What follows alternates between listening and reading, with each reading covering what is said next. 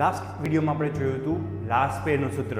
Last પેરે પોતાનું સૂત્ર આપ્યું છે sigma P1Q0 upon P0 Q0 ગુણ્યા 100, જે આપણે લાસ્ટ વિડીયોમાં જોયું.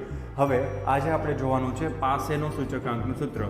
પાસેના સૂચકાંકનું સૂત્ર, પાસેનું સૂચકાંક IP, જેને કહેવાય છે index number of Paasche, is equal to, એનું સૂત્ર છે, ફોર્મ્યુલા છે sigma P1Q1 upon sigma P0 Q1 multiply by 100 ગુણ્યા 100, ભૂલાય નહીં.